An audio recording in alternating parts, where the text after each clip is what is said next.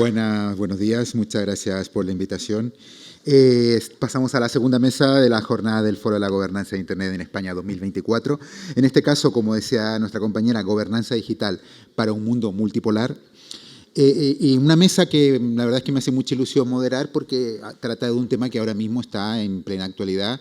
Tenemos una serie de cambios geopolíticos, cambios políticos y cambios en las grandes gobernanzas de los países líderes en la tecnología y en el control político mundial. Y el mundo digital es uno de los ejes de acción y de lucha que tendrán estas nuevas realidades digitales.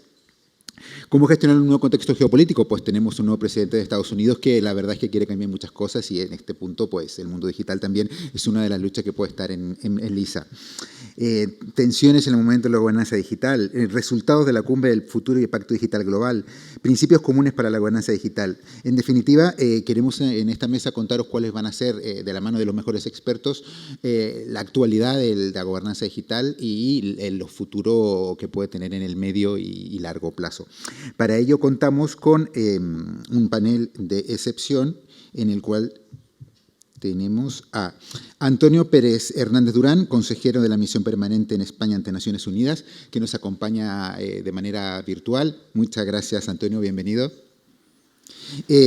Contamos con Carme Artigas, que es una de las mayores expertas en digitalización de España, actualmente copresidenta del Consejo Asesor de Inteligencia Artificial de Naciones Unidas y exsecretaria de Estado de Digitalización, la primera secretaria de Estado de Digitalización. Bienvenida, Carme, muchas gracias por estar con nosotros.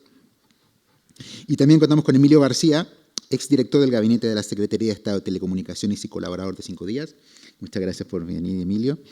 Y finalmente Andrés Pedreño Muñoz, catedrático de la Universidad de Alicante y cofundador de Torre Juana OST. Muchas gracias por estar con nosotros, Andrés. Pues si os parece, entramos en materia. Vamos a tener unos turnos de pregunta para nuestros entrevistados y luego dejaremos los últimos 20 minutos para que vosotros hagáis vuestras preguntas y hagamos un turno de intercambio de opiniones. Empezamos contigo, Antonio. Cuéntanos, ¿cómo fue negociar y adoptar el Pacto Digital Global en Naciones Unidas? ¿Qué tal, Fernando? Buenos días desde Nueva York. Aquí aún estamos amaneciendo, o sea que os daré un poco la perspectiva del Pacto Digital. La verdad es que fue un proceso apasionante. Primero por el hito que constituye. O sea, como sabéis, muchos de los textos relativos con temas de cooperación internacional digital cubren como ámbitos muy concretos o están como muy son áreas muy específicas, ¿no? Y probablemente uno de los grandes méritos que tuvo la adopción del Pacto Digital Global es que es probablemente uno de los principales textos de referencia que se han adoptado en los últimos tiempos en donde se cubre de forma exhaustiva toda una serie de tecnologías y sobre todo cómo se pueden poner al servicio de un objetivo muy concreto, que es el desarrollo, cumplir con los objetivos de desarrollo sostenible. O sea que realmente es la primera vez que se hace una reflexión en el seno de Naciones Unidas de cómo usar la tecnología y ponerla al servicio del desarrollo. O sea que solo por eso yo creo que ya tiene un enorme mérito. Un segundo componente que yo creo que es muy importante es que este documento fue adoptado por consenso. ¿Eso qué significa? Pues significa que no se tuvo que someter a votación en la Asamblea General de Naciones Unidas. Es decir, todos los Estados miembros de las Naciones Unidas consensúan un texto que refleje cuál es, digamos, el espacio de entendimiento colectivo que hay sobre la cooperación internacional digital. Eso, pues obviamente, le da una legitimidad reforzada a este texto, obviamente, ¿no? Le da un valor adicional que, como bien sabéis, pues los documentos que adopta la Asamblea General de Naciones Unidas no son de obligado cumplimiento, pero sí hacerlo por consenso, pues lo refuerza mucho más. Y sobre todo, yo creo que esto se entiende mucho mejor en el contexto internacional que vivimos, porque, en fin, en la sala de negociación del Pacto Digital Global durante los meses que tuvo lugar la negociación, en la mesa de negociación estaban sentados pues China y Estados Unidos, iraníes e israelíes, ucranianos y rusos, y así pues tantísimos otros países pues que puede haber algún tipo de enemistad o de digamos de dinámica de poder que refleja pues, la realidad de la sociedad internacional que tenemos, en donde hay toda una serie de focos de tensión pues, que se reflejan en la capacidad de la comunidad internacional de tejer acuerdos. Y por eso yo creo que eso tiene un mérito adicional, ¿no? Y luego, por último, Naciones Unidas a veces puede ser muy frustrante, ¿no? Porque efectivamente se eternizan mucho las negociaciones, es muy difícil alcanzar acuerdos, pero en este caso yo creo que fue muy interesante por una cosa que supongo saldrá a lo largo de este debate, es que se veían cómo se iban reflejando las distintas posiciones de las principales potencias y de los que no son tan potencias. Pero de una forma u otra, pues Naciones Unidas muchas veces es interesante porque es un poco una especie de tablero ajedrez en donde desde aquí se pueden ir viendo pues cómo van interactuando, digamos, las distintas piezas en el tablero. Y por ende, pues aquí obviamente fueron trascendiendo las posiciones de Estados Unidos, de China, y la propia dinámica de negociación se realizó muy orientada por bloques, ¿no? Cada país intentaba reunir el mayor número de apoyos posibles y de ahí que todo se hiciera por bloques. Muchas gracias, Antonio. Pues luego profundizaremos más que en estos temas. Karma, tú primero desde España y ahora ya desde las Naciones Unidas, siempre has defendido la gobernanza digital europea, en un momento en que probablemente pocos sabían qué significaba eso. Cuéntanos un poco cómo se articuló eso desde el comienzo y cómo poner a Europa en el centro en un debate tecnológico en que siempre hemos estado un poco retrasados o más bien rezagados. Bueno, en primer lugar, gracias por permitirme estar aquí en este panel. Y bueno, yo creo que un poco el punto que estaba comentando Antonio es el punto de reflexión que llevamos haciendo desde España hacía años, ¿no? La necesidad de poder gobernar la inteligencia artificial partiendo de los derechos. En España hicimos la Carta de Derechos Digitales, luego impulsamos la Ley Europea de Inteligencia Artificial, que es la primera ley que existe que podía gobernar la IA. Y siempre se intenta vender que la ley europea es una ley que limita al mercado, que va en contra de la innovación, y es todo lo contrario. Lo que intenta es dar claridad al mercado para que pueda existir una adopción masiva con confianza para el consumidor y con confianza para los ciudadanos, y exigir unos niveles de transparencia en la tecnología que no la tiene y en cambio tiene un impacto enorme en todos los sectores de actividad. Bueno, pues bien, este encargo también lo hizo el secretario general Antonio Guterres de Naciones Unidas hace un año, en octubre de 2023, que decidió convocar a un panel de expertos de los que tuve el honor de poder estar y ser la copresidenta, para que reflexionáramos, para que le diéramos a él respuesta a tres preguntas. Uno, ¿hace falta gobernar la IA a nivel global, a nivel internacional? Dos, si es así, ¿qué queremos gobernar y cómo? Y tercero, y establecimos nosotros, ¿y por qué Naciones Unidas? Entonces, nosotros hemos estado un año intentando resolver estas tres preguntas. Y la conclusión es que, a pesar de que puede haber legislaciones nacionales, reglamentos, esto es un tema tan ubicuo y que tiene unas implicaciones tan holísticas en la economía y en la sociedad y los problemas que puede generar son tan grandes que ni una sola empresa ni un solo país lo puede resolver solo.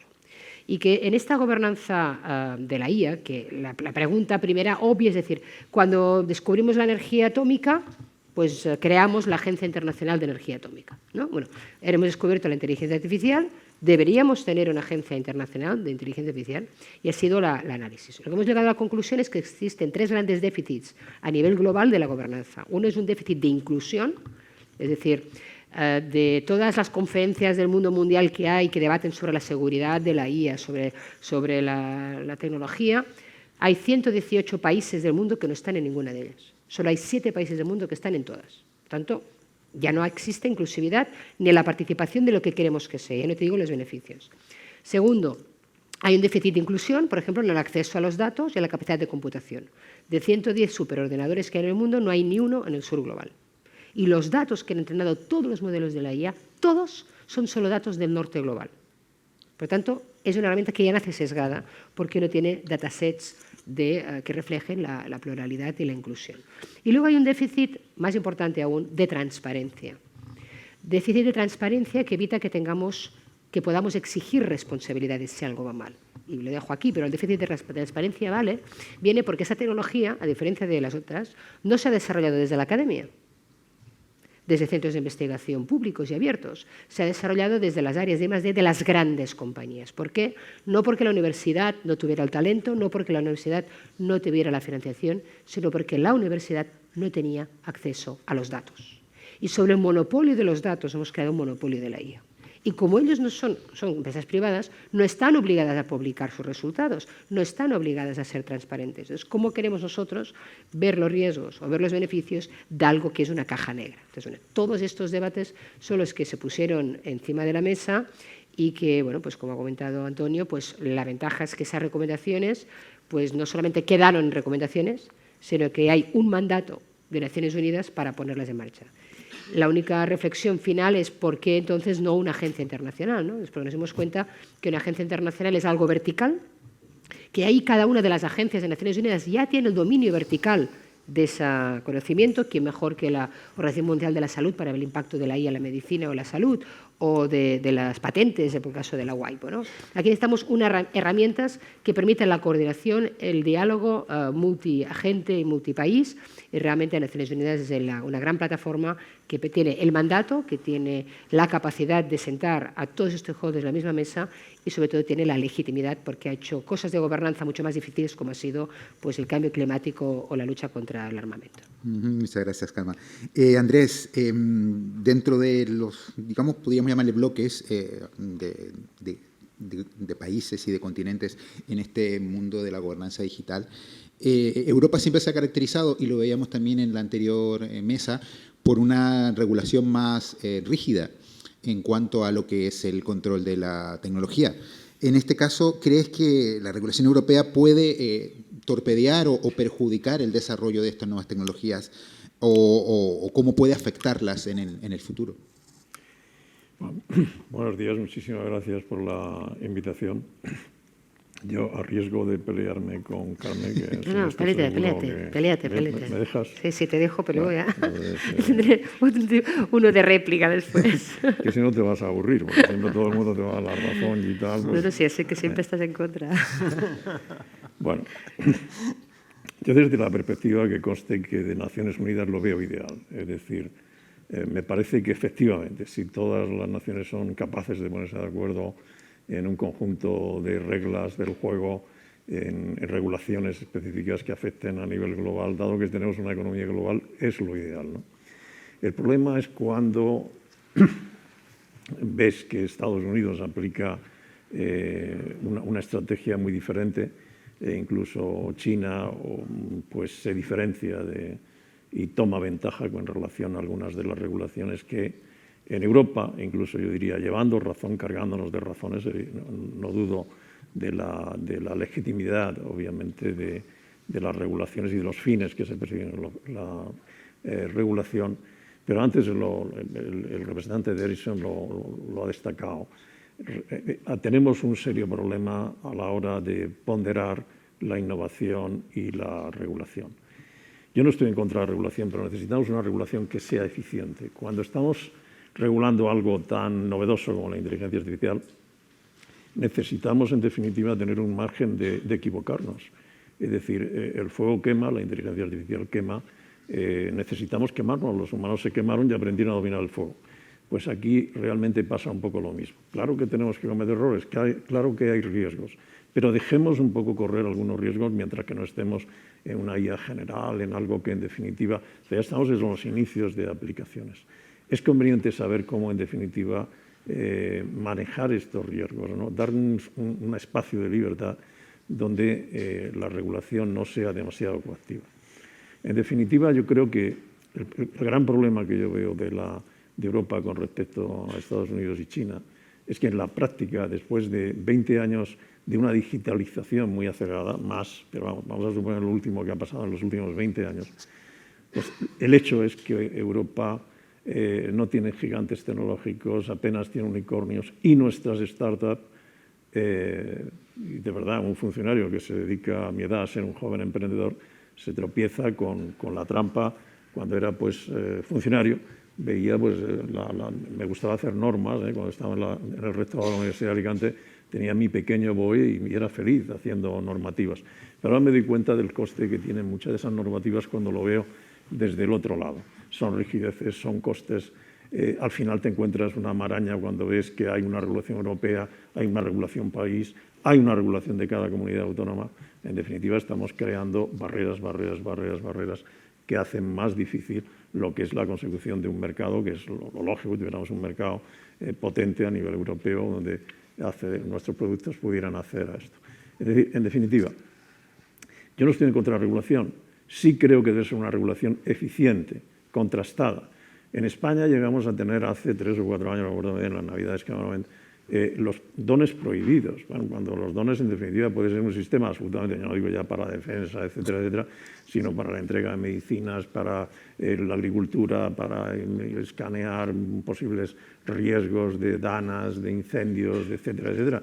Por lo tanto, es decir, la razón que daba en el preámbulo, recuerdo todavía cuando leía El País y daba como motivo que es que un dron, un terrorista podía utilizarlos. Oiga, por mucho que estén prohibidos, un terrorista va a seguir utilizándolo. Es precisamente tener expertos a nivel nacional cómo podemos contrarrestar tener gente que esté familiarizada con estas herramientas, cómo podemos afrontarlo. En la propia privacidad hemos llegado a niveles donde yo dudo que realmente estemos, en algunos casos, sosteniendo el principio de privacidad, que es el principio de intimidad en términos de derecho, cuando en realidad muchas veces tenemos una lucha contra los gigantes tecnológicos. En parte es un proteccionismo encubierto. Es decir, en Europa mi problema es que, o sea, el problema desde la forma que yo lo veo es que muchas veces confundimos regulación con educación. No es regular, por ejemplo, el tema de las cookies. Hagamos una encuesta ahí fuera y ¿cuánta gente sabe lo que son las cookies y cuál es el riesgo de los cookies o el riesgo de Internet? Es educación. Deberíamos educar a una población de mayores, incluso de menores, muchas veces no saben ni lo que son, hasta la gente que está en las universidades, ¿no? Del riesgo, no poner una serie de avisos que en definitiva una vez después de 20 veces de confirmar que quiero leer tal cosa, hasta puedo descargar un malware diciendo que sí, quiero cookies y no me entero. Es una mala práctica y sin embargo la tenemos introducida ahí. Y esto nos lleva, y termino porque tampoco quiero extenderme mucho, a que muchas veces esa regulación, aparte de darnos rigideces, se nos vuelve en contra de ella. Yo recuerdo cuando Carmen estaba en pleno COVID y de alguna forma teníamos una herramienta que nos debería servir, es decir, los móviles nos dicen dónde hemos estado, se pueden anonimizar convenientemente y esos datos de movilidad tienen un valor para muchísimas aplicaciones y de hecho se venden carísimos por parte de las teleoperadoras, ¿no? En el COVID nos hubiera venido bien que una persona, pues, de alguna forma que estaba contagiado, prevenir de que no entrara en una residencia de ancianos, en definitiva. Cuando había derechos fundamentales como el derecho al trabajo, el derecho a salir fuera de casa, que estaban restringidos, ponderamos el derecho de privacidad sobre esos derechos, sometiendo a muchas restricciones a una herramienta que para hacer un seguimiento que era el de la movilidad a través de la privacidad, cuando realmente estaba muy justificada esa herramienta. Poníamos en duda que nuestros datos de movilidad iban a ser utilizados con los sistemas jurídicos que tenemos, que son absolutamente garantistas, sólidos, con gobiernos elegidos democráticamente 4 años. No nos fiamos de un presidente de gobierno que tiene una posición extraordinaria, cualquier desliz que pudiera tener en el uso de esos datos. Si esos datos son tan importantes y tan críticos, ¿quién los guarda? Los guardan los presidentes de las compañías de telecos y eso es suficiente garantía. Es decir, entramos en una contradicción realmente absoluta con estos temas. Por eso digo, muchas veces, y termino, perdón por la extensión, deberíamos hablar de seguridad jurídica, sí, claro, esa regulación, de regulación efectiva. Tenemos una magnífica regulación en algo tan serio y tan crítico como la donación de órganos. Por eso somos una potencia en la donación de órganos. Es clara, está centralizada, es operativa. Viva ese tipo de regulación, ¿no? Que nos permite que las cosas sucedan, ¿no? Pero, sin embargo, cuando muchas veces hacemos una hipotética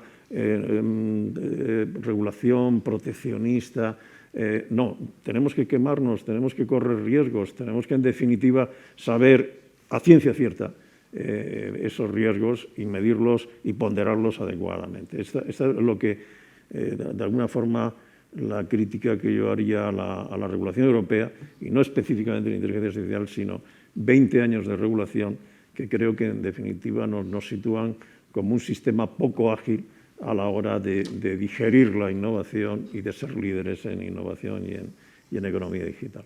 Muchas gracias, Andrés. Por alusiones, Carmen, ¿Europa sobreregula? Yo coincido muchas cosas con Antonio, porque yo he sido emprendedora y lo primero que hice cuando llegué a la Secretaría de Estado es crear la ley de startups, ¿no? Justamente para eliminar todas aquellas barreras que yo me había encontrado cuando había hecho mi startup el año 2006, ¿no? Por tanto, muchas de esas barreras las hemos eliminado, pero ahí el problema de Europa no es la regulación, ha sido la fragmentación regulatoria, que es distinto. Porque son 27 países, con sus idiomas, con su base cultural, que pues, antes se regulaba por directivas europeas que se tenían que transponer país por país, nunca se hacían a la vez, con lo cual tenías aquí un mosaico de regulaciones que en unos países están en vigor, otras no, un lío, y por eso en los últimos 10 años, sobre todo el tema digital, se ha ido a regular por acts, ¿no? Que son reglamentos europeos. Por tanto, una ley que no cambia de una coma, única para 27 países. La clave de Europa es un mercado único digital. Entonces, eso es lo que tiene que conseguir Europa, porque es su gran fuerza, 600 millones de consumidores, ¿no? A ver, el hecho de que no tengamos un unicornio... A ver, la inteligencia artificial moderna se inventa en Europa.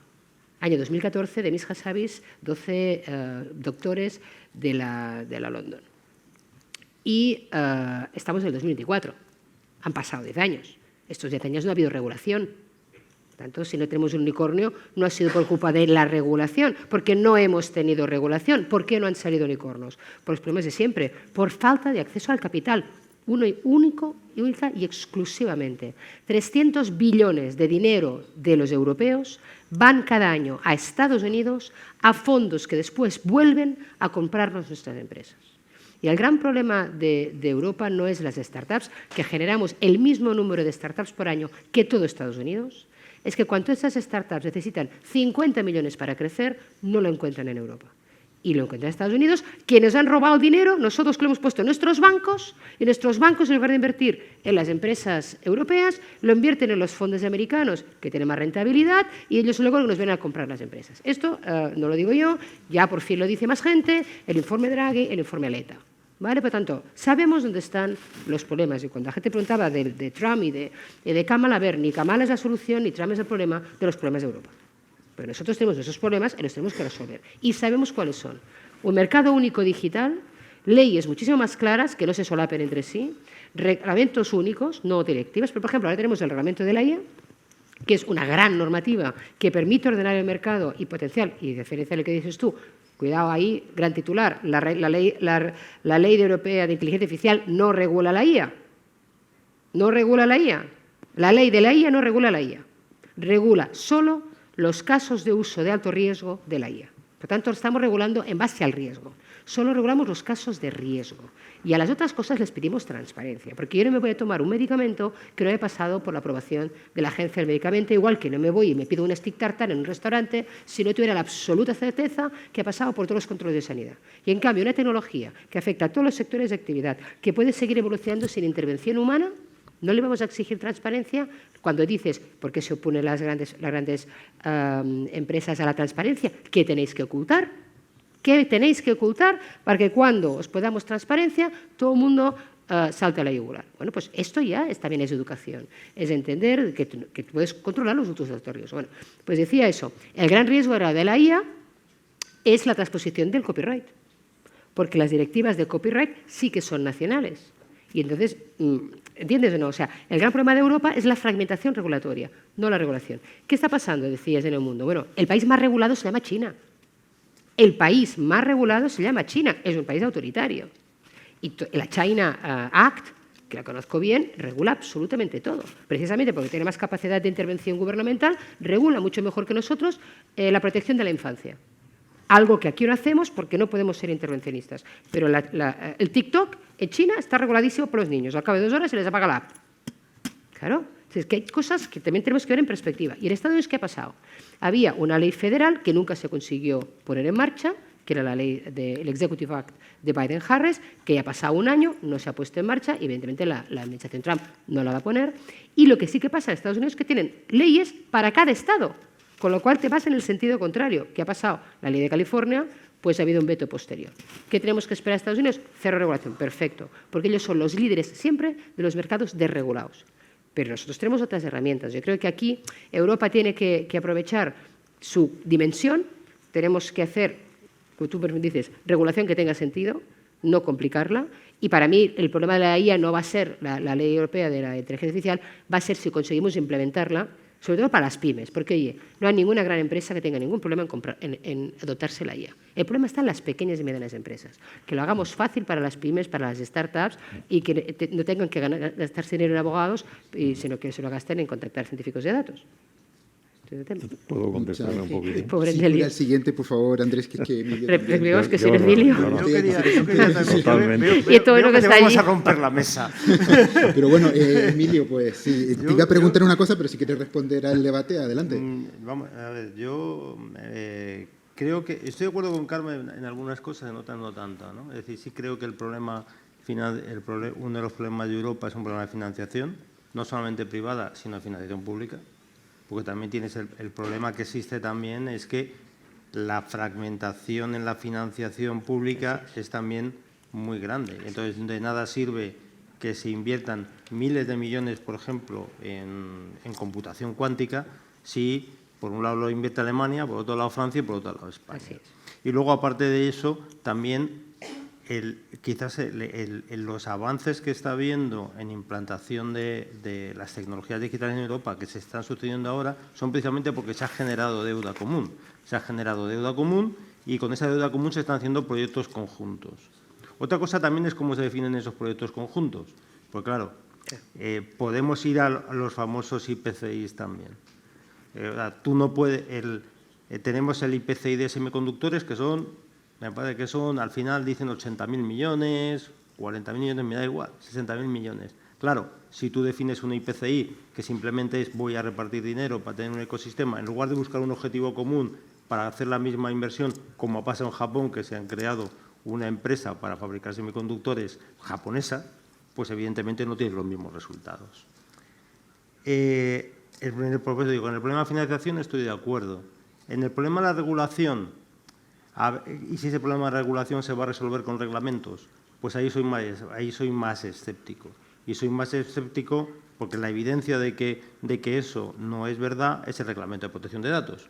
Tenemos el Reglamento de Protección de Datos, un reglamento bastante grueso, y entonces llega a un país como España, y probablemente no me conozco cuál es la situación de otros países, pero me temo que es la misma, y entonces nos montamos una ley de protección de datos, inspirando en el Reglamento de Protección de Datos, en el cual nos metemos además en otros jardines adicionales y, claro, complicamos mucho más la regulación a las empresas europeas. Entonces, eso es lo que yo creo que es lo que le pasa a Europa, aparte de un problema de gobernanza interna muy fuerte. Es decir, Europa difícilmente puede tener una política común si no fortaleces el centro de decisión común. Pero al mismo tiempo que fortalece el centro de decisión común, tiene que ser un fortalecimiento inclusivo, en el sentido que los Estados miembros también tienen que poder opinar. Lo que no puede pasar tampoco es lo que hace a veces la Comisión Europea. O sea, la Comisión Europea de repente pasa a un diálogo con Estados Unidos, pues que llámese el Consejo de Comercio y Tecnología, y ahí solamente van los comisarios. Nunca hay presencia de los Estados miembros. Entonces, difícilmente los Estados miembros van a sentirse representados en esos diálogos. No sé si, Antonio, quieres agregar algo más al debate o ya pasamos al siguiente tema. A mí me gustaría... Bueno, sí, primero y luego ya volvemos contigo, Andrés. A ver, la verdad es que es muy interesante por dónde está yendo el debate, porque precisamente nos estamos yendo un poco a la perspectiva de los distintos bloques, ¿no? Cómo está la cosa en Europa, cómo está la cosa en Estados Unidos, cómo está la cosa en China. Y claro, aquí un poco, una de las cosas buenas que tienen las Naciones Unidas es que da un poco la perspectiva, advierte un poco a la visión del gran dibujo de cómo queda todo esto pues para América, para África subsahariana, para el resto del sudeste asiático, ¿no? Porque aquí gran parte de la conversación, yo creo que de nuevo, volviendo un poco al mérito del valor que aporta el Pacto Digital Global, es precisamente apelar a un elemento fundamental que ya ha señalado Carmen, que es la inclusividad. Es decir, cómo cerrar la brecha digital y cómo intentar hacer que la tecnología realmente sea una herramienta al servicio del desarrollo en la que pueda participar todo el mundo. Yo creo que España además ha tenido una posición muy pionera en ese sentido y efectivamente yo creo que nos hemos ganado un poco ese pequeño nicho, ¿no? De haber sido muy pioneros en el planteamiento, sobre todo en inteligencia artificial, ¿no? En cómo empujamos la regulación en la Unión Europea en inteligencia artificial, en la adopción de la estrategia, en el montaje ahora de la agencia, en los distintos bancos de pruebas, los famosos sandbox, pero desde luego sí aporta otra visión. Fernando, no sé si con esto quieres que pasemos ya al segundo bloque o me parece que Andrés quería decir algo más. Si no te importa, entramos con Andrés para que termine el debate con su reflexión final y luego volvemos ya contigo para ya empezar el segundo bloque. ¿Te parece? Perfecto. Pues nada, Andrés, disculpa por haberte parado, pero bueno, ahora ya... No, es todo el tiempo que haga falta, por supuesto, no. Pero es interesante de alguna forma contrastar alguna opinión con la de Carmen, con la que tengo una magnífica... le profeso una admiración total, ¿no? Por su empuje, su energía, pero en algunos casos confieso que no veo claro, no concuerdo con... Es decir, por ejemplo, claro que no ha sido la ley de inteligencia artificial la que ha ocasionado esto, pero sí la ley de privacidad. O sea, en realidad la ley de privacidad establece tales restricciones con los datos, y los datos es el alimento de la inteligencia artificial. Pongamos en el tema, una de las revoluciones más espectaculares que tenemos en un sector es el sector sanitario. El sector sanitario sin datos no podemos llegar ni a medicina personalizada, ni a llegar a avances sobre imágenes que identifiquen el cáncer, etcétera, etcétera, etcétera. Hay empresas en España realmente interesantísimas, que son muy competitivas, son casi ya unicornios en el tema y la restricción que tienen el data. Podemos dar un riñón, no hay ningún problema. Todos son facilidades y demás, y la regulación es eficiente. Intentamos dar nuestros datos médicos, yo los he intentado dar, imposible. Están en un hospital allí en San Juan, yo creo que un hacker se haría en un ordenador normal, un hacker se haría en 5 minutos. No des demasiadas pistas que luego van a llegar ahí. Que no des demasiadas pistas. No, pero pistas. es que lo doy porque en realidad yo creo que hay que romper esa barrera. En definitiva, claro, si no hay datos, tenemos ahí, hemos creado algunas de las mejores empresas de referencia que le dan competitividad a Google y liderazgo a Google y otros gigantes tecnológicos en Europa, pero sin embargo no las escalamos aquí. Efectivamente, después el proceso es de venta. Yo no creo que sea tanto, evidentemente los fondos de inversión norteamericanos son una pasada, son especializados, invierten en serie. Yo lo que tendríamos que convencer es que se dan en Europa las condiciones necesarias para que invirtieran los fondos norteamericanos aquí y luego se ubicaran aquí. ¿Y cómo podemos conseguir que las empresas se ubiquen aquí? Dando todas las facilidades y no restricciones legales como es esta de los datos, dándoles demanda, propiciando demanda. Ahora mismo a nuestra startup, que es una startup, una de ellas en inteligencia artificial, tenemos una cantidad de problemas para ir por la administración. Nuestro producto es único, según nos hemos catalogado en los procesos de homologación como los primeros, con la mayor puntuación técnica, y cuando sale una licitación de más de 500.000 euros, tenemos que ir con una grande que nos dé solvencia, que cobra un 20-25%, simplemente un 25% por darnos solvencia. ¿Pero eso qué es? O sea, eso no tiene ningún sentido. No despegamos de la compra pública innovadora, ni siquiera necesitamos ni subvención ni nada. Nuestro producto es competitivo, pero necesitamos compra pública innovadora. Nadie la hace compra pública innovadora. Son licitaciones complejas que además necesitamos 4 abogados para... Claro, las grandes consultoras tienen equipos de abogados y cuanto más barreras y más difíciles mejor, porque desaniman y desincentivan las startups. No, las startups necesitan claridad en las licitaciones, pliegos claros, concisos, operativos, que no vengan cláusulas de solvencia, por favor. O sea, esto, es decir, hay una limpieza enorme, ¿no? Y entonces ahí, evidentemente, podremos escalar, Te has ¿no? metido ahí en un jardín importante, Andrés, porque estás con la señora que ha creado la ley de startups, con lo cual... Y la compra pública innovadora, 450 No sé si- millones de euros de compra pública innovadora algunas con el cosas buenas INCIME, ¿no? dices, No, digamos. pero apuntando eso, Sí, totalmente de si acuerdo. Una podemos, cosa sí, que, 10 minutos muy y ya rápidamente, pasamos con el siguiente. GDPR, totalmente de acuerdo, GDPR además creo que está en fase de revisión porque las cookies no han funcionado, pero sí que es una ley que ha generado una conciencia internacional, o sea, una ley que empezó en Europa y se ha creado lo que llaman el efecto Bruselas, donde todo el mundo ha adaptado la GDPR cuando en Estados Unidos ni se lo miraban.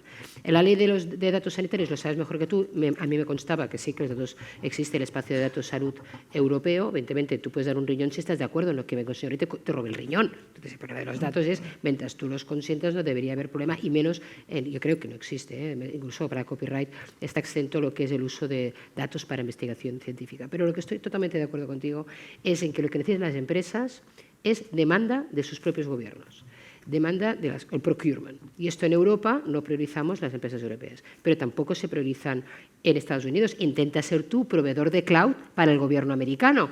A ver si alguna empresa europea puede ser proveedor de cloud del gobierno americano federal. Dime si algún gobierno federal de Estados Unidos compra algo que no sea americano. Entonces, este nacionalismo tecnológico también lo podríamos enfrentar nosotros en Europa y estoy de acuerdo contigo, he intentado desde las GAT eliminar estas barreras a la contratación y ahí estoy totalmente de acuerdo en que tenemos que dar, a veces yo estoy de una startup, lo que necesitas no es una subvención ni un accionista, necesitas un cliente. Totalmente. Y ahí sí que tenemos que ser más nacionalistas, diríamos, en lo que es la tecnología europea. Muchas gracias, Carmen. Os pediría que a partir de ahora, cuando hagamos las réplicas, si podemos ser un poco más breves y dejar un poco más de tiempo para las intervenciones ya más de temas más globales. Pero ha estado muy interesante y yo creo que salimos del guión ha estado genial. Bueno, pues volvemos contigo, Antonio. Cuéntanos si ya entramos de lleno en el Pacto Digital Global y me gustaría que me comentaras qué tipo de gobernanza internacional plantea, porque creemos que a partir de ahí se empezará a delimitar el terreno de lo que vamos a ver en el futuro, ¿no? Sí, la verdad es que es muy interesante. A ver, la idea de fondo es intentar construir un espacio internacional digital seguro. O sea, ¿eso qué significa?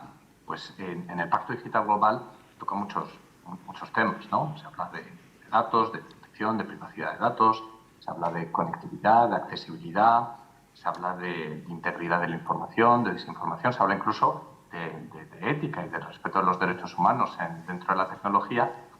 Y luego, pues por supuesto, hay un capítulo dedicado específicamente a inteligencia artificial. Claro, Naciones Unidas es un entramado gigantesco. Hay toda una serie de organismos especializados que ya abordan toda una serie de componentes que se tocan en el Pacto Digital Global. Entonces, parte, digamos, del Pacto Digital Global, un poco lo que apela es un poco a identificar sobre esta tecnología hay una serie de competencias ya existentes. Entonces, no hace falta crear nuevas instituciones, nuevos organismos, simplemente un aprovechamiento eficaz de los recursos existentes, ¿no? Entonces, eso por un lado, creo que es una línea, digamos, que se establece en el Pacto Digital Global en la que todo el mundo está de acuerdo. Luego, hay un segundo componente que se vio muy claramente durante la negociación, que es que tiene que tener el protagonismo dentro de la gobernanza internacional, es decir, tiene que ser un proceso mucho más dirigido por los estados o por los actores relevantes, ¿no? Los denominados stakeholders, ¿no? Aquí estamos en el Foro Gobernanza de Internet, que es la viva imagen y ejemplo de un entorno en donde los stakeholders tienen el mayor protagonismo, notablemente más que los estados, ¿no? Gran parte de la conversación giraba también un poco en contra de ese punto de equilibrio donde estaba el entendimiento de la comunidad internacional sobre qué implicación y qué participación tienen que tener unos y otros, ¿no? Y se reconoce dentro del Pacto Digital Global la importancia del papel que juegan, pues, por supuesto, esa aproximación multi-stakeholder, ¿no?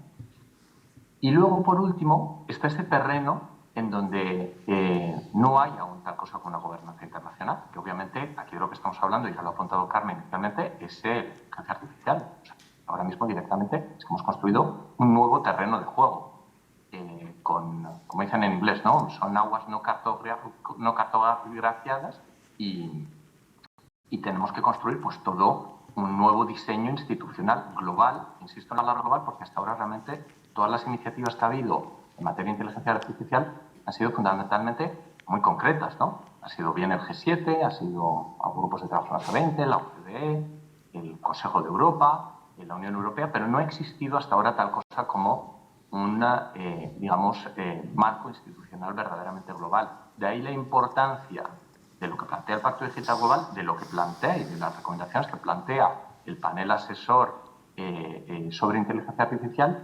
Y realmente aquí la parte, yo creo que es muy interesante, es que no se explica exactamente cómo tiene que ser la gobernanza de la inteligencia artificial, sino lo que se hace es se asientan los cimientos y se apela, digamos, a un desarrollo posterior. El Pacto Digital Global, por ejemplo, en materia de inteligencia artificial, plantea cuatro puntos muy importantes. Uno es que tenemos que crear un diálogo global sobre la gobernanza de la inteligencia artificial.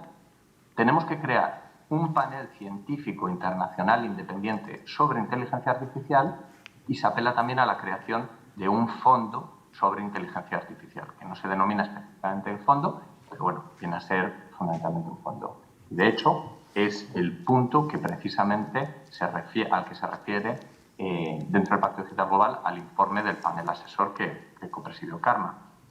Yo creo que este diálogo global y el panel científico van a ser, digamos, la piedra de bóveda de la gobernanza internacional de la inteligencia artificial.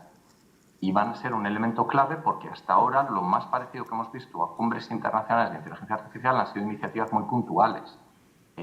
Los británicos lanzaron una primera cumbre siendo Rishi Sunak primer ministro. Corea tomó el testigo en una cumbre que fue mayoritariamente virtual y ahora tenemos pues la gran referencia próxima de la cumbre de París, pero de nuevo son iniciativas pues que no dejan de ser de gobiernos nacionales a las que se podrá adherir mucha gente.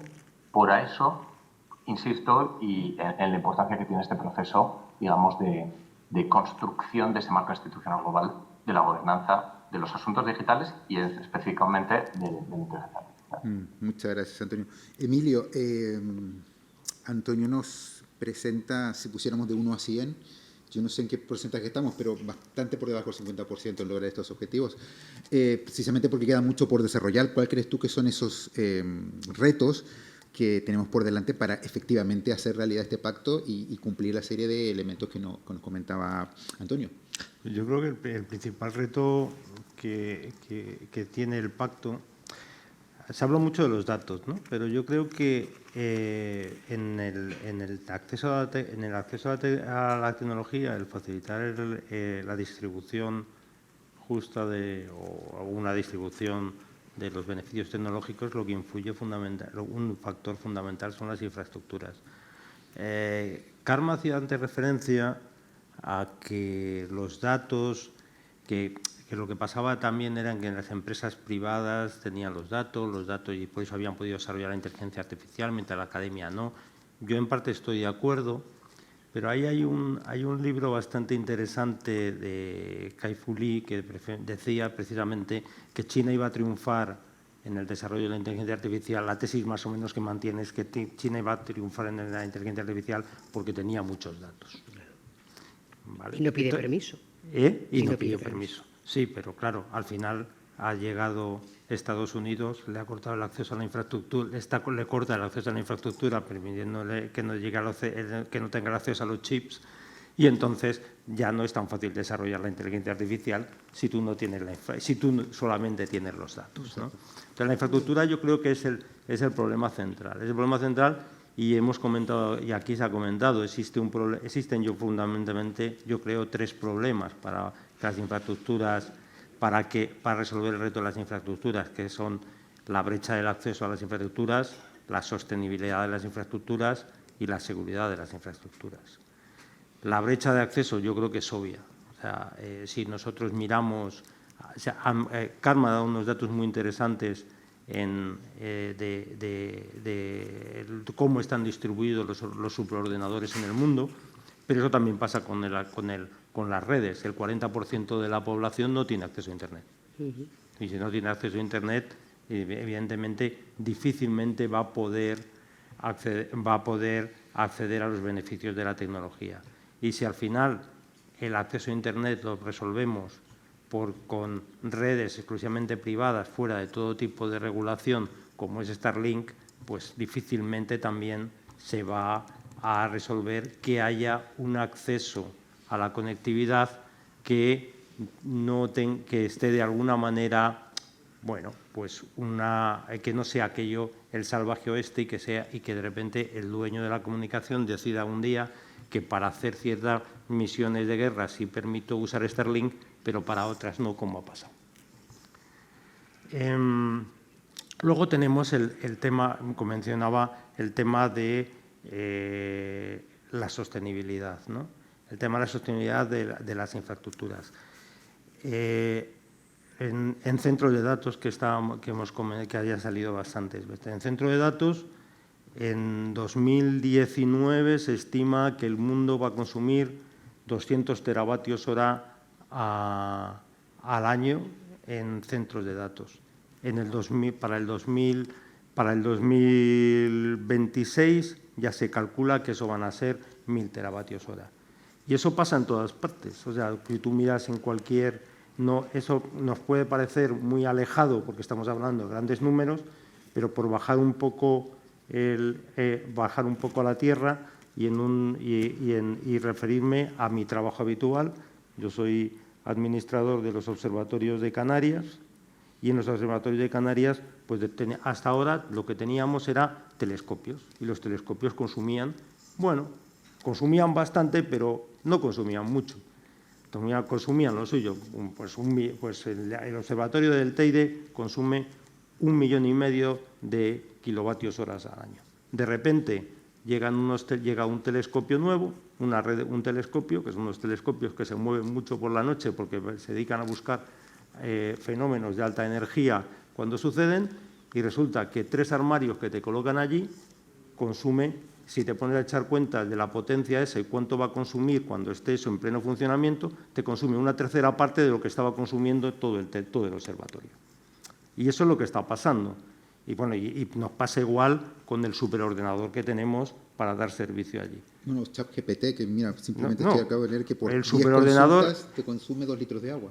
No, el superordenador que tenemos nosotros para dar servicio a los científicos y que está además dentro de la red de supercomputación, nos va a consumir, si quito lo que me consumen los observatorios, nos va a consumir aproximadamente la mitad de la energía que consume el Instituto de Astrofísica en las sedes a nivel de mar. Las cosas, ya estamos hablando de que no vamos a poder asumir esos consumos de energía si no encontramos una solución de energías renovables y además, aparte de eso, pues también trataremos de optimizar cómo se realiza el consumo que realiza la tecnología. Porque, por ejemplo, un aparato tecnológico de muy última generación, como son las máquinas litográficas para fabricar chips de ASML, la última generación suya, una máquina suya, consume lo que una ciudad pequeña. Y en una fábrica de chips hay más de una máquina, claro.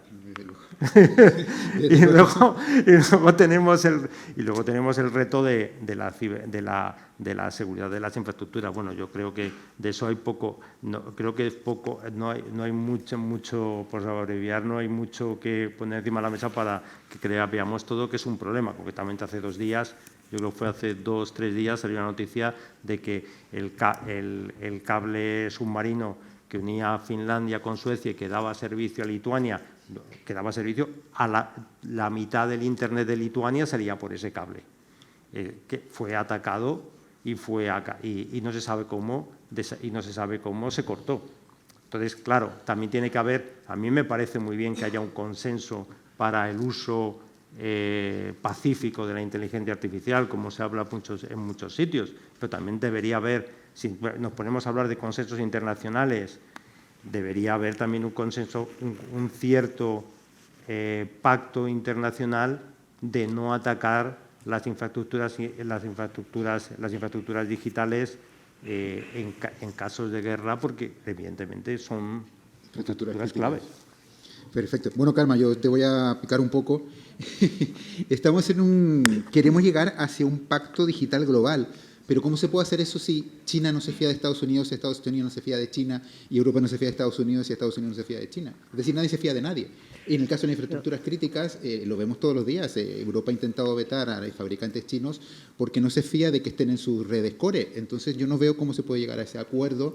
Pero el acuerdo ya se ha conseguido. Bueno, desarrollar el acuerdo. Aquí yo creo que, y luego entenderé que me interesa mucho hablar del tema de la sostenibilidad energética de la IA, pero hay una cosa que a veces confundimos, ¿no? Que es la ética, la gobernanza y la regulación. Son tres cosas que están relacionadas pero que son distintas.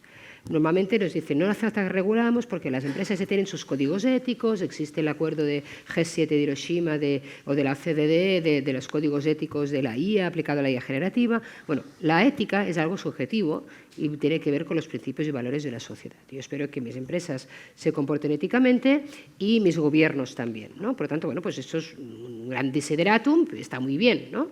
Pero eso no genera derechos, eso no genera responsabilidades. Para mí lo importante es la gobernanza, que es lo que estamos hablando, o de Internet o de la IA, porque la gobernanza significa cuáles son los instrumentos, cuáles son los mecanismos que yo debo poner en marcha para asegurarme que las empresas y que los gobiernos se comportan éticamente. Y la regulación es uno de esos mecanismos, pero no es el único. Tú puedes conseguir esa gobernanza con regulación, como hace normalmente Europa, con incentivos de mercado, con transparencia, como el panel científico, con mecanismos de supervisión. Por tanto, lo que nos importa es la gobernanza, es decir, cómo nos aseguramos que hay un comportamiento ético corporativo. Y lo decía muy bien Antonio, para mí una de las conclusiones más importantes de este Pacto Digital, que además va acompañado, lo que es las recomendaciones nuestras, han ido acompañado de dos resoluciones de la ONU. Una liderada por Estados Unidos, que firmó China, y una que liderada por China, que firmó Estados Unidos. Pero tanto, no, pero fíjate una cosa es la geopolítica, bueno, es la geopolítica ahora, y otra cosa es que no vamos a conseguir que todo el mundo tenga la misma regulación. Uno de los usos prohibidos de la IA de Europa es el social scoring, que se aplica masivamente a China, y a China no le vas a convencer que no lo aplique. Lo que estamos intentando aquí no es que la ONU sea un organismo suprarregulador, no para nada. Lo que estamos es que haya mecanismos de diálogo para que haya una convergencia regulatoria en cosas muy básicas, que son tres. Ley internacional, o sea, tenemos derecho internacional, lo que sería la Carta de Naciones Unidas y lo que son los derechos humanos. Y yo creo que a nivel mundial creo que sería importantísimo que consensuáramos que nada de lo que hacemos con la IA va en contra de los derechos humanos. Por eso el uso de la IA, que siempre tiene uso dual, pues la base de su uso en defensa no se tiene que regular en este nuevo foro. Ya tenemos uno, se llama Convención de Ginebra. ¿Vale? Entonces ahí ya veremos, en 2026 llegamos a un acuerdo o no del no uso de armas sin control humano en la guerra, como ya se está utilizando en el ataque de Rusia contra Ucrania o el enfrentamiento entre Israel y Hamas. Bueno, dicho eso, a mí me interesa mucho porque una de las cosas que también tenemos que controlar es el uso ilimitado de la energía de la IA. En este momento la batalla de la IA no es la batalla por los datos, todos los datos ya se han ingestado, los modelos ya no pueden mejorar porque todo lo que hemos creado los seres humanos y lo hemos puesto en Internet ya lo han chupado todo. Entonces, los modelos solo pueden mejorar no con más datos, sino con mejores datos, o datos más precisos o datos privados. Y ahí otra vez el tema de la confianza. Los modelos no pueden avanzar si yo no soy, y ponle Volkswagen, y cojo un modelo general y reentreno ese modelo con mis datos únicos que yo tengo. Entonces, si yo no me fío, ¿cómo voy a entrenar ese modelo generalista con mis datos privados si no sé si van a volver a modelo general y van a dar ventaja competitiva a mi competidor? Entonces, en esto estamos hablando de eso. Segundo, la IA generativa no puede avanzar, es una batalla por la capacidad de computación, que lo he dicho muy bien. O sea, ya no es una batalla por los datos, es la era de la computación. Y esa era de la computación depende del control de la energía. Por tanto, en este momento, el control de la inteligencia artificial es el control de las fuentes de energía a nivel global. Y toda la geopolítica se basa. ¿Dónde ubico un data center? Donde está la energía más barata. ¿Qué han hecho los americanos recientemente? Cuando estaba yo en Nueva York, en la Semana de Naciones Unidas, se reabrió una planta nuclear, la Three Mile Island, en New Jersey. Se ha reabierto una fábrica que tuvo un incidente parecido al Chernóbil, que no llegó a más, en el 2019, y se cerró. Se ha reabierto, se le ha dado a Microsoft para que ubique sus GPUs de procesamiento de datos, ¿vale? Y vamos a ver un renacimiento de la energía nuclear, donde ya las grandes corporaciones están pidiendo mini reactores de tipo Terraform que ha invertido Bill Gates al lado del centro de datos para alimentar eso. ¿Eso es suficiente? No. No, porque lo importante no es la generación, es la distribución, y no se ha invertido en grid, y no se ha invertido en renovables. Y en este momento vamos a encontrarnos dos situaciones. O realmente cambiamos los modelos y hacemos modelos más eficientes energéticamente, que es donde yo iría para cortar el uso y abuso de la energía en plan barra libre, porque esto es una externalización de costes privados a costes públicos. Es decir, en lugar de invertir en I+D, le digo a mi gobierno, dame la energía que necesito. Hombre, pero que esta energía no es sostenible. O sea, ¿sabéis que ChatGPT procesa 3 trillones de tokens? Que son los mismos de conexiones sinápticas que tiene el cerebro humano. Vale. ChatGPT consume lo que has dicho tú, cada prompt son equivalente a cargar el móvil todo el año. Las emisiones de CO2 equivalen a la vida útil de 5 coches. Eso es lo que consume ChatGPT. ¿Vale? El litro de aguas, pues bueno, vamos a tener que competir con un litro de agua limpia entre dárselo a una familia o refrigerar un data center, ¿vale? Pero lo más interesante es que el cerebro humano, para hacer lo mismo, consume un bocata y 4 vasos de agua al día. Claro, eso es lo que utiliza el cerebro humano de energía y de 110 gramos de glucosa, de energía y de agua equivalente a ChatGPT. Hombre, room for improvement. O sea, yo creo que es un problema de sencillamente desarrollo de software. Estoy convencida, y ya empiezan a ver la arquitectura Giana, liderada por Joshua Benchu, la Fundación Linux, con iniciativas que donde tienen que ir es donde tienen que ir. Hacer algoritmos verdes, como dijimos en España, algoritmos más eficientes. Porque el otro es un juego que no va a llegar. Va a haber otro largo invierno, para mí, de la IA, porque no va a poder evolucionar la IA por toda esta demanda masiva, que ya es el 3% de toda la demanda energética mundial. Tanto yo creo que puede pasar que estemos en una encrucijada si no mejoramos, para mí, el software hacia la parte más energética. Hay una puntualización muy interesante a lo que dice Karma al respecto de la energía, es que precisamente China, en el desarrollo de inteligencia artificial, no por el tema de energía, pero por el tema de que les están cortando la infraestructura y chips más potentes, a donde está yendo es a desarrollar algoritmos. Claro. Es decir, claro, si la única manera que probablemente vas a tener que avanzar es reduciendo la energía, y reduciendo la energía significa también que el hardware que necesites sea más potente, sea menos potente, y eso lo único que puede resolver es con algoritmos. Yo estoy en eso totalmente de acuerdo. Pero aquí volvemos a la famosa tema de los inversores. Los inversores han hecho una apuesta. Entonces, cuando tú inviertes tanto dinero en algo, tienes que crear la profecía autocumplida. Entonces, el 2025 realmente la IA da retornos de inversión en los casos de uso, que no nos equivoquemos, no se está aplicando la IA, no se está aplicando la IA. Se está volcando muchísimo dinero en el desarrollo de la IA en CAPEX.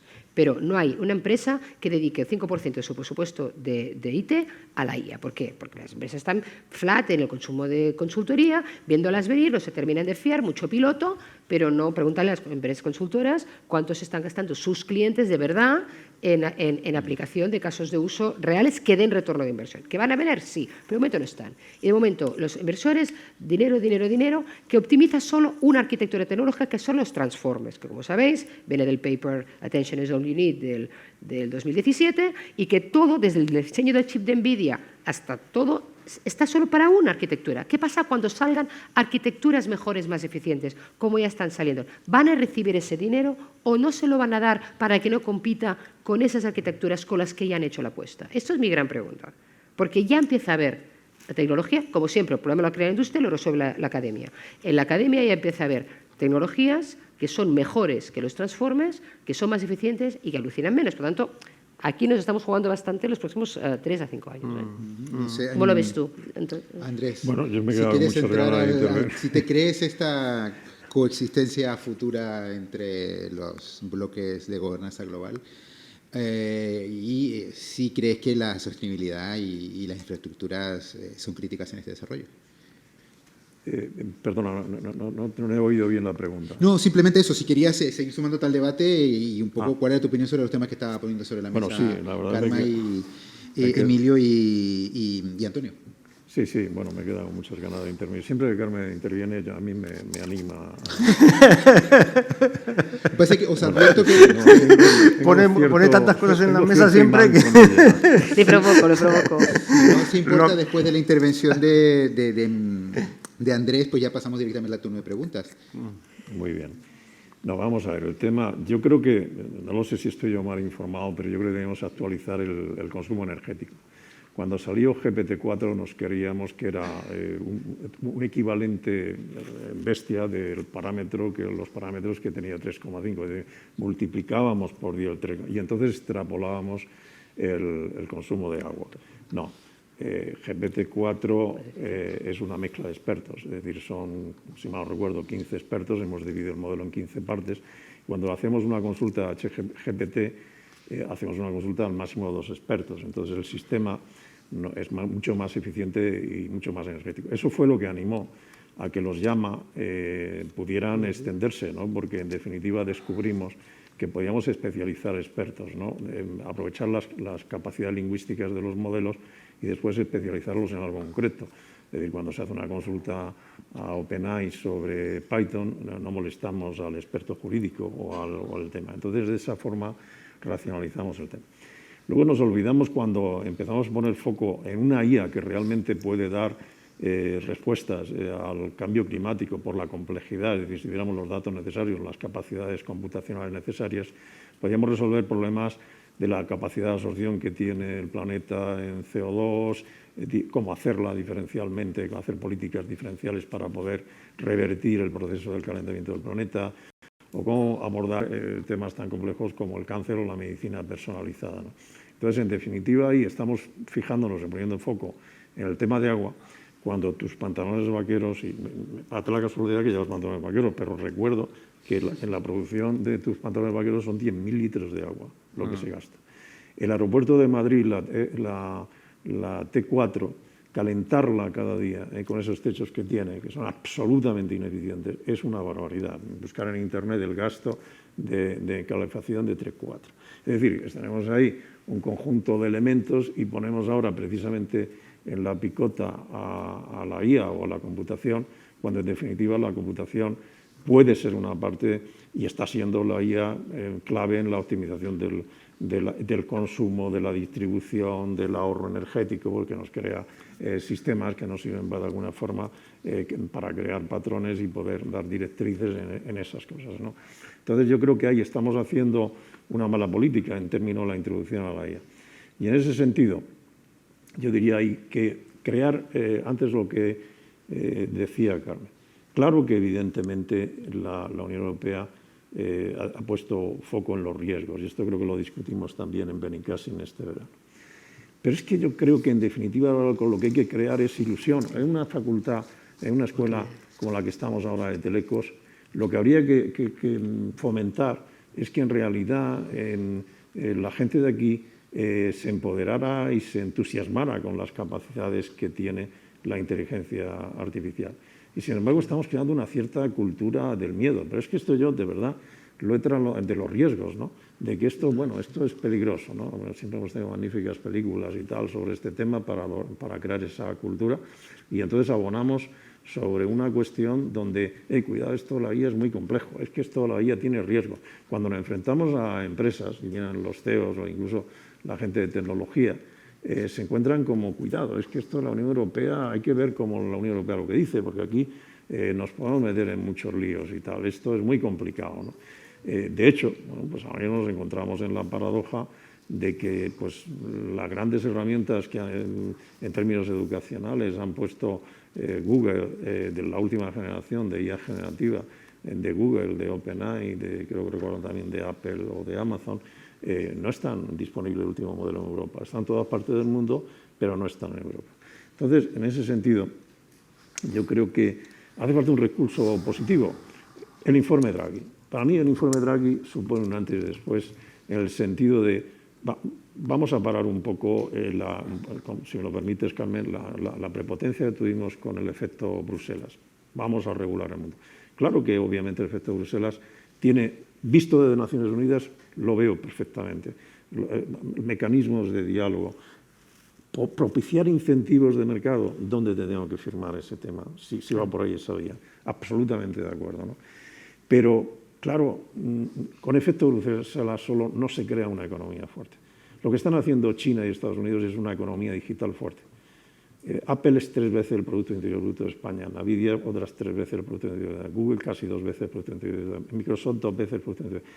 En los últimos 20 años, empresas que estaban iniciando, Microsoft un poco avanzada, pero Steve Jobs recogiendo del desastre a Apple, se han erigido cerca de 10 economías, 10 países como España, 10 empresas, 10 gigantes que equivalen a 10 veces el Producto Interior. O sea, se han generado en Estados Unidos 10 Españas en términos de Producto Interior Bruto.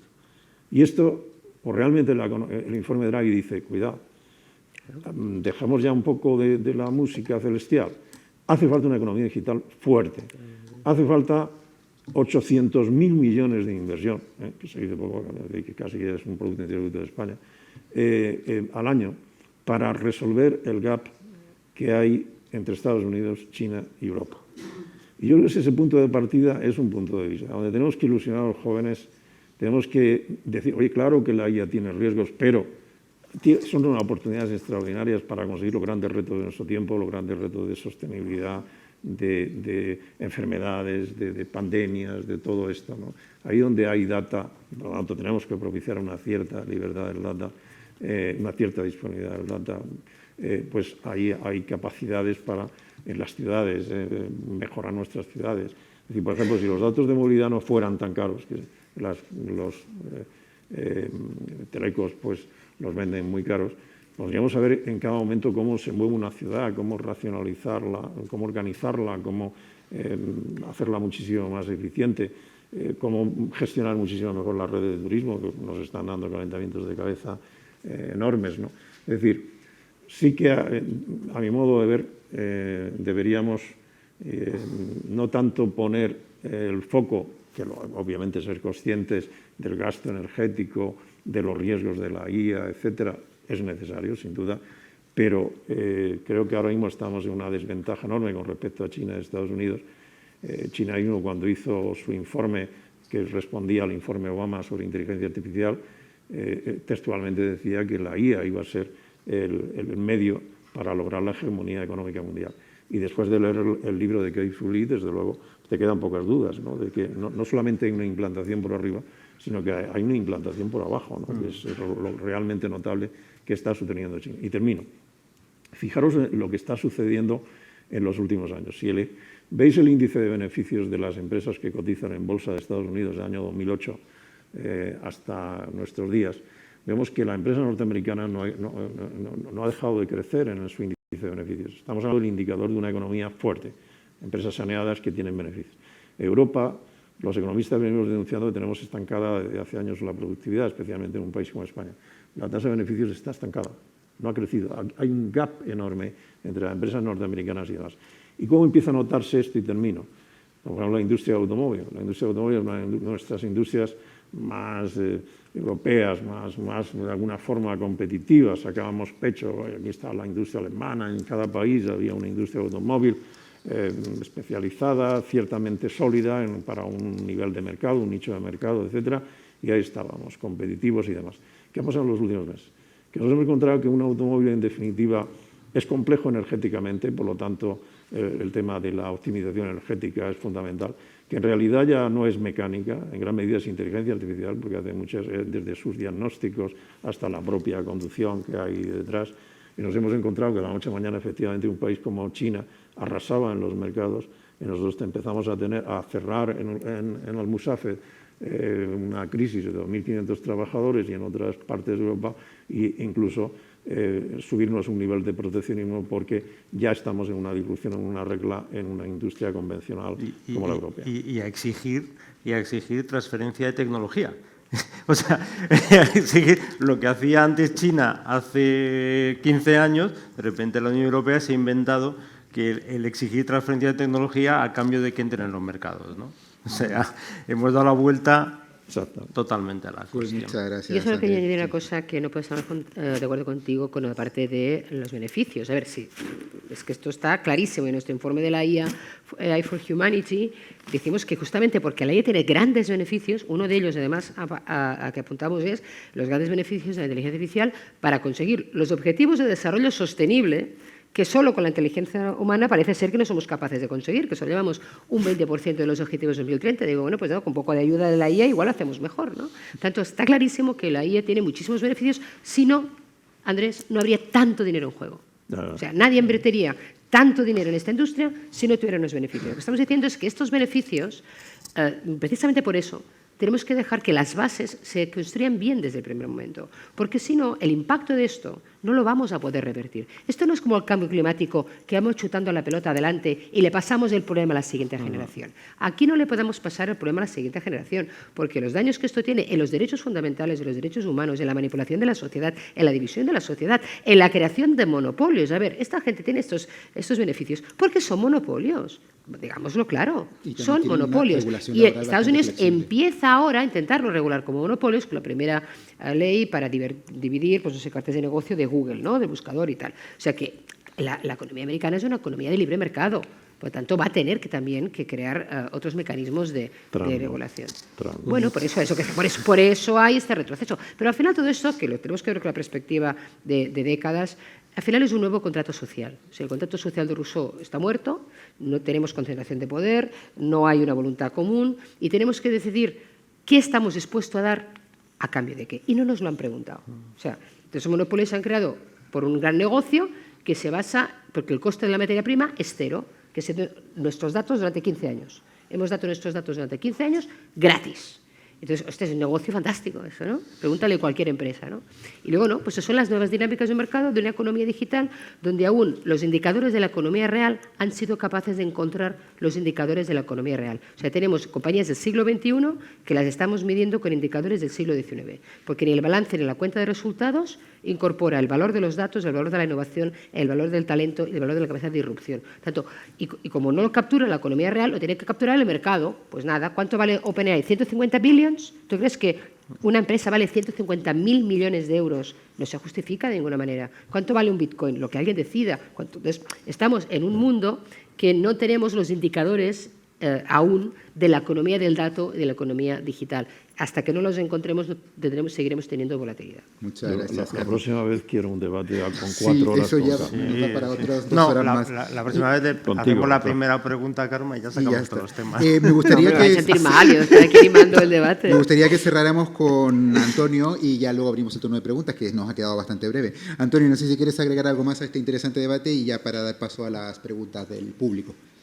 Sí, claro, Fernando, la verdad me gustaría un poco tomar el testigo un poco de lo que apuntaban Andrés y Emilio, que es efectivamente el elemento crítico de las capacidades, porque viviendo aquí en Estados Unidos, por ejemplo, se ve clarísimamente, es decir, Estados Unidos es un paraíso de la energía, en todos los sentidos, energías fósiles, renovables, nuclear, lo mires por donde lo mires, una capacidad de producción energética increíble. Y me acuerdo que a mí me cambió mucho la visión hace unos meses cuando escuché a Zuckerberg en una entrevista que decía que probablemente el mayor impedimento que hay para la escalabilidad de la tecnología de la inteligencia artificial es la disponibilidad de un suministro energético, de un suministro constante y cercano. Y de ahí, efectivamente, que las principales tecnológicas en este país hayan transformado radicalmente su aproximación a la energía nuclear. Obviamente no podemos volver a ponernos a quemar carbón. Todos han identificado clarísimamente la nuclear como la fuente energética de mayor capacidad para suministrar electricidad suficiente a los centros de procesamiento de datos de alta capacidad. Y eso además tiene una implicación fundamental, que es un poco obvio decirlo, pero hay que señalarlo, que es que refuerza el liderazgo de Estados Unidos en esta tecnología. Si ya de por sí estamos hablando de que es un sector muy atomizado, en donde se concentra todo en pocos actores, sea con Biden, con Trump o hubiera sido con Kamala, francamente yo no creo que hubiera cambiado mucho en Estados Unidos. La inteligencia artificial se va a tratar como una estrategia de seguridad nacional. Aquí en el Departamento de Estado lo llaman, ¿cómo lo llaman? Small Yard, High Fence. Patio pequeño, barreras altas, ¿no? Es la gallina de los huevos de oro y, bueno, pues estamos dispuestos a compartir algunos de los huevos de oro, pero no la gallina. Y, desde luego, van a hacer todo lo posible para retener esa capacidad de liderazgo que es absolutamente abrumadora y que va a condicionar enormemente, efectivamente, el debate internacional. Muchísimas gracias, Antonio. Bueno, pues empezamos el turno de preguntas. No sé quién quiere animarse a ser el primero. Veo muchas manos levantadas. Creo que hay una persona con un micrófono repartiendo o lo hacemos a viva voz. Hay preguntas de remoto.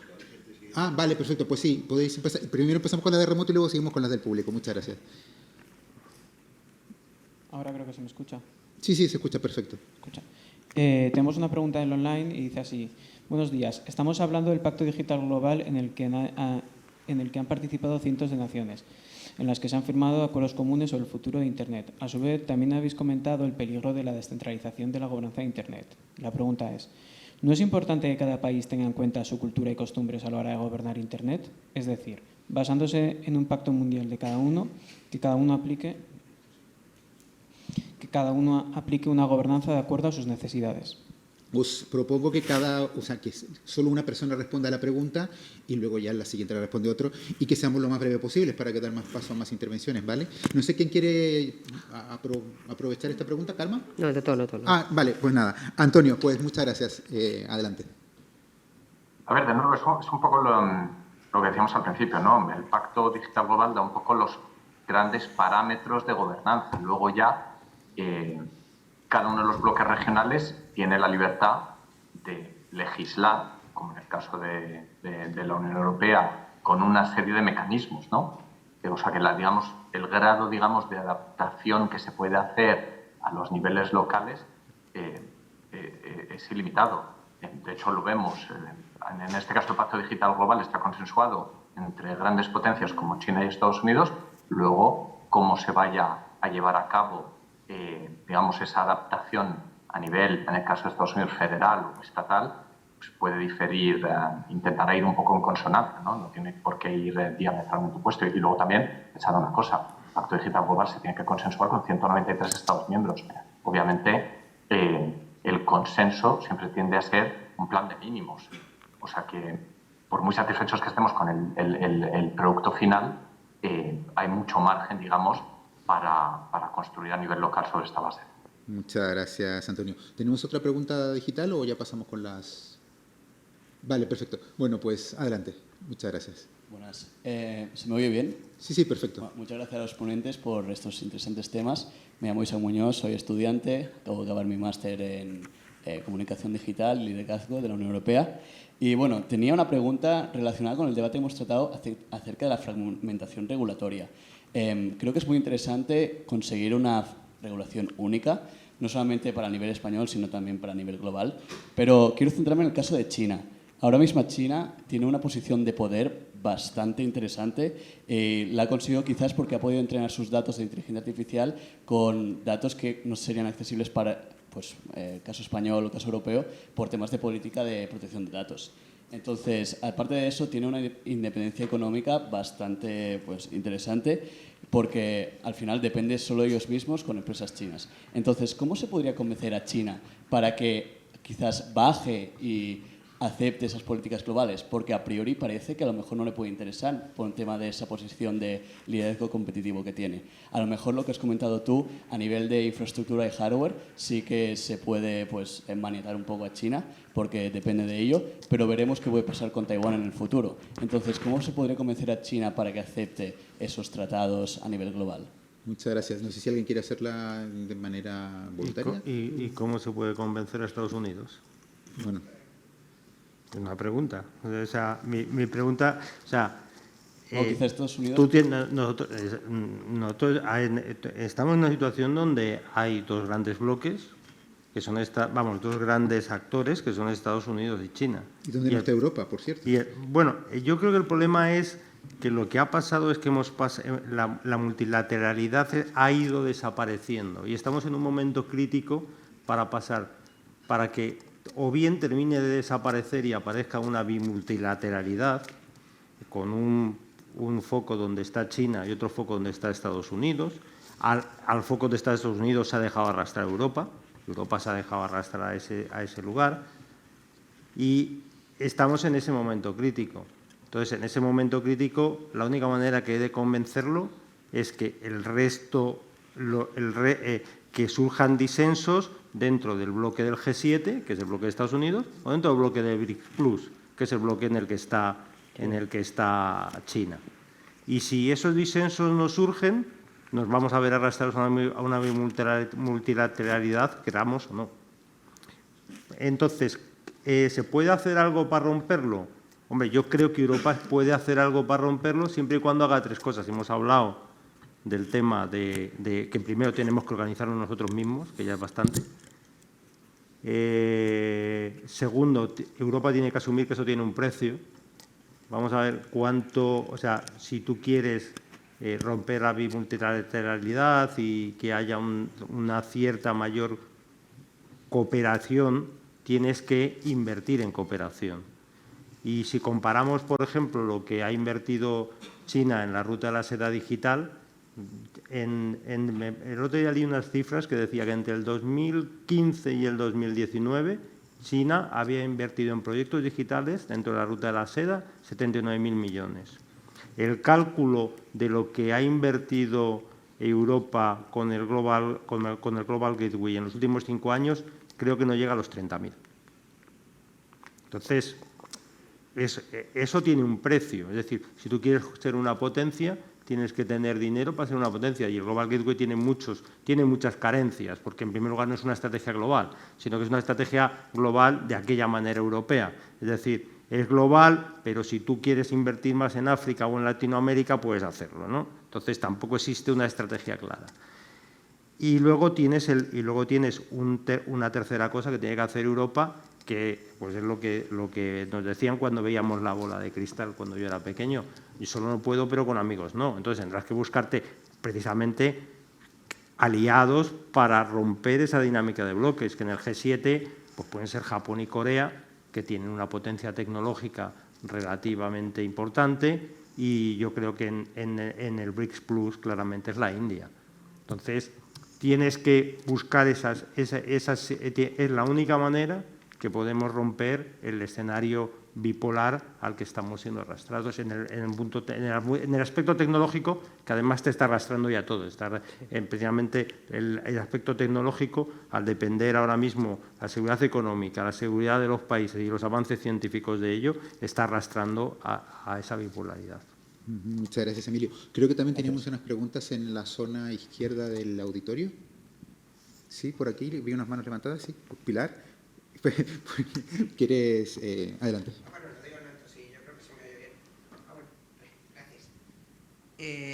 Gracias. Karma, te he oído decir varias veces a lo largo de la charla el tema de los derechos fundamentales, de poner a los hombres en el centro. Siempre he oído hablar de este tema a los neurotecnólogos, que son los que más están defendiéndolo y hablando de neuroderechos. Pero me gustaría saber, o sea, si no hemos conseguido que la Carta Universal de los Derechos Humanos se respete en el mundo entero, ¿qué esperanzas tenemos de que estos neuroderechos, o sea, la defensa de los humanos frente a la inteligencia artificial por la que están luchando los neurotecnólogos, que van mucho más avanzados que cualquiera de nosotros y saben, tienen una visión a futuro, ¿cómo vamos a conseguirlo? ¿Qué apreciación hay en vuestro entorno, que es donde estáis en el centro, Antonio y tú, de este debate? ¿Cómo se está aceptando, si verdaderamente se va a conseguir? Bueno, nosotros en lo que es lo que son las recomendaciones de la inteligencia generativa no entramos en el detalle técnico de dar todas las respuestas a todos los problemas, sino que cuáles son los mecanismos para que allí se discutan las soluciones de ciertos problemas, ¿no? Y sería pues el AI Policy Dialogue sería uno de esos instrumentos donde se tenía que debatir los temas regulatorios, los temas éticos, los temas también de estándares. Pero lo que hemos hecho a nivel europeo, que es quizá donde sí que hemos avanzado más, es que en el propio AI Act, el caso de usos prohibidos, que para mí lo más importante de la ley de inteligencia artificial, que recuerdo, no afecta al I+D, no afecta a la academia, no afecta al software libre y no afecta al preentrenamiento, solo cuando tú lanzas un producto comercial al mercado, es que por primera vez le decimos al mundo los usos prohibidos de la IA, que convierte a la AI Act no en un estándar técnico y legal, sino en un estándar moral.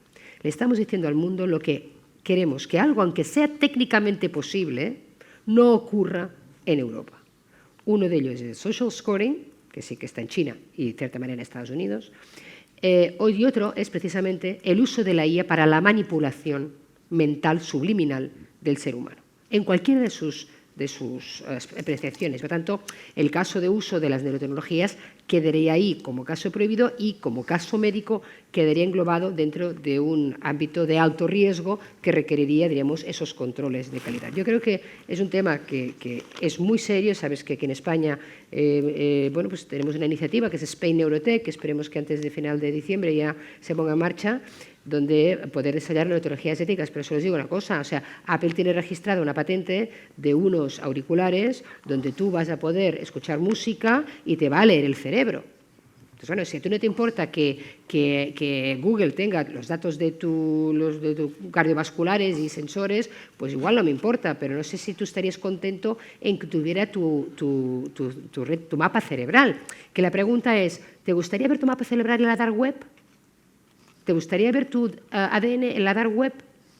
Que lo compren por $10 un hacker. O sea, estas son las cosas importantes. Cuando dices que no importa que lo tenga Google, bueno, ¿te gustaría que estuviera en la dark web? Es decir, vas a ceder el control. Y yo soy la partidaria, que es una batalla que tengo ahí perdida, pero en algún momento la retomaré, que es que los datos cerebrales no fueran considerados datos biométricos, sino que tuvieran la consideración internacional de órganos humanos. ¿Por qué? Porque hay un consenso internacional que no se puede comercializar con órganos de manera legal. Se verá gente que lo venderá en el mercado negro. Pero si consiguiéramos darle la categoría de los datos cerebrales de órgano humano en lugar de dato biométrico, evitaríamos su comercialización. Yo creo que esas son las dos líneas que podemos ver. Muchas gracias, Carmen. Nos queda tiempo para solo una última pregunta. No sé quién se anima. Un chico allí que ya hace rato que levanta la mano. Sí, muchas gracias. Adelante. Vale, gracias, Karma. Yo te quería hacer una pregunta justo a ti. Has hecho mucho hincapié en que el problema de los unicornios en Europa es que no encuentran financiación que sí existe en Estados Unidos. Pero en Estados Unidos hay financiación porque hay casos de startups previas que han tenido éxito. Y por otro lado, yo creo que en Europa no falta capital para invertir y además en el informe de Draghi se hace hincapié en que entre 2009 y 2014 en Europa se hicieron 13.000 regulaciones frente a 3.000 que se hicieron en Estados Unidos, ¿no? Entonces, bueno, teniendo en cuenta todas estas cosas, a mí me surgen dos preguntas. La primera, ¿no crees que las condiciones de crecimiento para startups es mejor en Estados Unidos y que Europa tiene margen de mejora? Y si el problema no son las regulaciones, ¿cuál es en Europa? No es el único problema. Evidentemente, a ver, nosotros llevamos aquí desventaja porque lleva muchos años por delante. Es decir, el ecosistema de Estados Unidos está absolutamente optimizado. Empezando que el sector tecnológico americano sale de la transferencia de tecnología de la armamentística al mundo civil. O sea, todo viene de la inversión en DARPA, en el NASA Ames Technologies. Entonces, la inversión pública en defensa y en aeroespacial son los que luego se transfirieron de manera muy eficiente al sector civil. Y desde ahí se genera la primera ola en Silicon Valley, precisamente de los chips, ¿no? Y luego lo que se ha optimizado mucho es el capital riesgo americano en una máquina perfecta de perder dinero. Es una máquina perfecta en millones y millones de personas dispuestas a perder dinero a cambio de que haya ciertos ganadores con una dimensión enorme. Luego, la gran ventaja de ellos ha sido esa triangulación que solo existe en Silicon Valley de la transferencia de tecnología desde la academia a la industria, algo que aquí somos muy buenos en investigación, pero muy malos en innovación, porque esa transferencia no es eficiente. Y luego está pues, todo el gran ecosistema y la cultura empresarial y la cultura del riesgo. Eso lo tienen ellos. Nosotros no podemos competir con ellos en algo que lo tienen único y que es su ventaja competitiva, o que no podemos competir en China en otras cosas. Tenemos que montar nuestras propias estrategias para competir. Y lo que no podemos es tirarnos tiros al pie. Por tanto, los elementos que tenemos que mejorar lo sabemos. Un mercado digital único, normas muchísimo únicas para toda Europa, pero muchísimo más acceso al capital.